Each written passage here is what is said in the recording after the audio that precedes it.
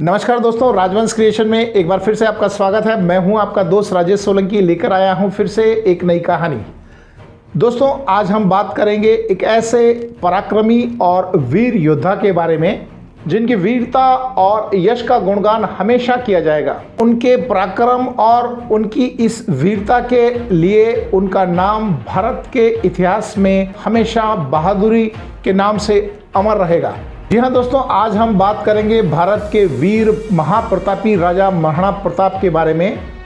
वे आज किसी भी परिचय के मोहताज नहीं हैं। वे एक ऐसे महान राजा थे जो अपने ताकतवर शरीर के साथ साथ एक महान योद्धा के रूप में भी जाने जाते थे।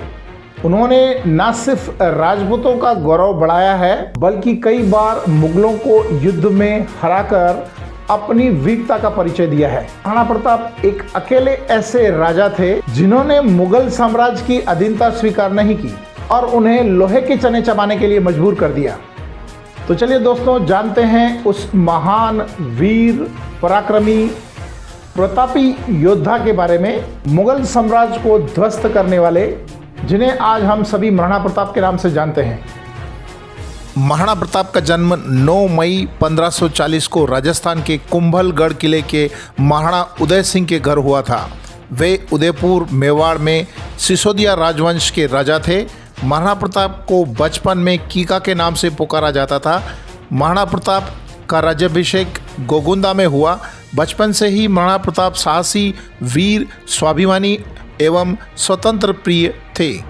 सन 1572 में मेवाड़ के सिंहासन पर बैठते ही उन्हें अभूतपूर्व संकटों का सामना करना पड़ा, मगर धैर्य और साहस के साथ उन्होंने अपनी हर विपत्ति का सामना किया। उनका नाम इतिहास में वीरता और दृढ़ प्रण के लिए अमर है। उन्होंने कई सालों तक मुगल साम्राज्य अकबर के साथ संघर्ष किया। वे एकमात्र ऐसे राजा थे जिनके सामने अकबर के साथ साथ पूरा मुगल साम्राज्य कांपता था। उन्होंने अपने जीवन काल में कई बार मुगल साम्राज्य अकबर के साथ संघर्ष किया और कई मुगल राजाओं को युद्ध में हराकर अपना शौर्य और अपनी वीरता का परिचय दिया। उन्होंने कई बार मुगलों को युद्ध में हराया। महाभारती के इस सपूत की लंबाई 7 फीट 5 इंच थी। जिस भाले से वे शत्रु को धूल चटाते थे उसका वजन 81 किलो का था और उनकी छाती पर जो वो कवच बांधते थे उसका कवच का वजन 72 किलो का था। उनके भाला, कवच, ढाल और साथ में 2 तलवारों का वजन कुल मिला के 208 किलो का होता था, जो आज भी वे सभी शस्त्र महाराणा प्रताप का कवच, तलवार आदि उदयपुर राजघराने के संग्रहालय में सुरक्षित रखे हुए हैं। जरा सोचिए दोस्तों, ऐसे महाबली को परास्त करना हर किसी की बस की बात नहीं थी। हल्दी घाटी का युद्ध भारत के इतिहास में एक मुख्य कड़ी है। यह युद्ध 1576 में हुआ था। इस युद्ध में महाराणा प्रताप ने 20,000 राजपूतों को साथ लेकर मुगल सरदार राजा मान सिंह को 80,000 की सेना का सामना किया था। मुगलों की विराट सेना से हल्दी घाटी में उनका भारी युद्ध हुआ। वहां उन्होंने जो पराक्रम दिखाया वह भारतीय इतिहास में अद्वितीय है। उन्होंने अपने पूर्वजों को मान मर्यादा की रक्षा की और प्रण किया कि जब तक वे अपने राज्य को मुक्त नहीं करवा लेंगे तब तक राज्य सुख का उपयोग नहीं करेंगे। तब से वे जमीन पर ही सोने लगे। वह अरावली के जंगलों में कष्ट सहते हुए भटकते रहे, परंतु उन्होंने मुगल साम्राज्य की अधीनता स्वीकार नहीं की। 12 सालों के लंबे संघर्ष के बाद भी महाराणा प्रताप अकबर के अधीन नहीं आए। कुछ इतिहासकार ऐसा मानते हैं कि हल्दी घाटी के युद्ध में कोई विजय नहीं हुआ था, परंतु अगर देखें तो महाराणा प्रताप की ही विजय हुई थी। अपनी छोटी सेना को छोटा ना समझकर अपने परिश्रम और दृढ़ संकल्प से महाराणा प्रताप की सेना ने अकबर की विशाल सेना के छक्के छुड़ा दिए और उनको पीछे हटने पर मजबूर कर दिया। यह युद्ध 1 दिन तक चला, लेकिन इस युद्ध में 17,000 लोग मारे गए। महाराणा प्रताप से अकबर इतना डर गया था, खासकर उनके युद्ध कौशल को देखकर वह सपने में भी राणा के नाम से चौंक जाता था और पसीना पसीना हो जाता। यही नहीं, लंबे समय तक राणा की तलवार अकबर के मन में डर के रूप में बैठ गई थी।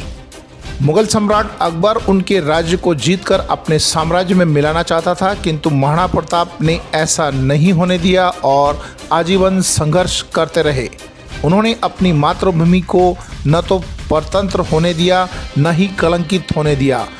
महाराणा प्रताप का हल्दी घाटी के युद्ध के बाद का समय पहाड़ों और जंगलों में व्यतीत हुआ। अपनी पर्वतीय युद्ध नीति के द्वारा उन्होंने अकबर को कई बार मात दी।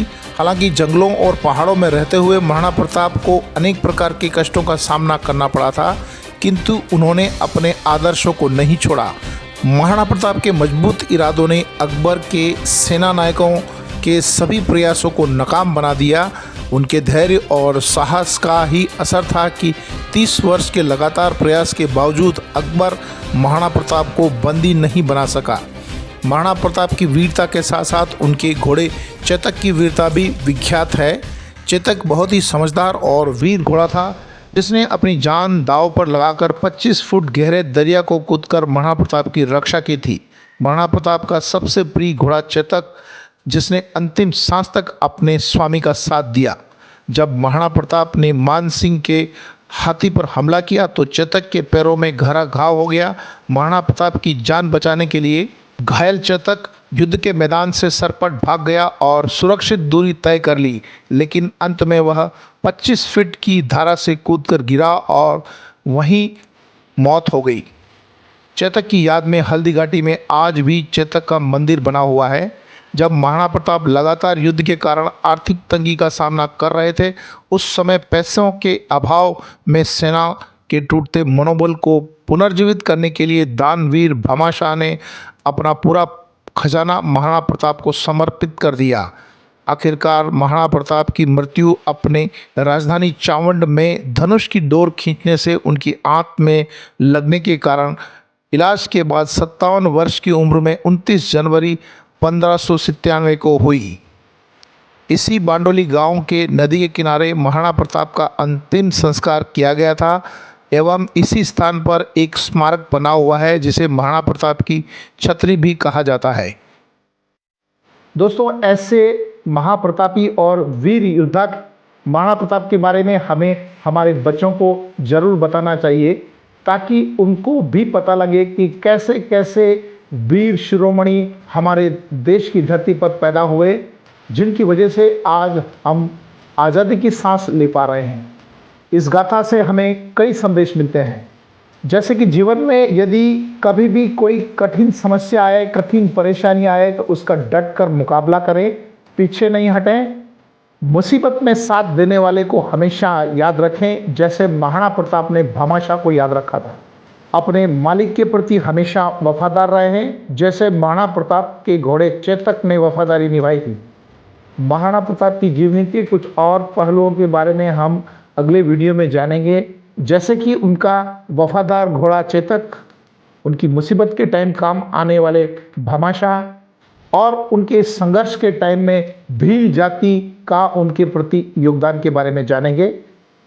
दोस्तों, मैं उम्मीद करता हूं कि आपको आज का मेरा ये वीडियो ज़रूर पसंद आया होगा। यदि आपको मेरा ये वीडियो पसंद आया हो तो लाइक करें, अपने दोस्तों को शेयर करें। अगले वीडियो में हम फिर से मिलेंगे महाराणा प्रताप की कुछ और कहानियों के साथ। तब तक अपना और अपने परिवार का ध्यान रखिए। धन्यवाद।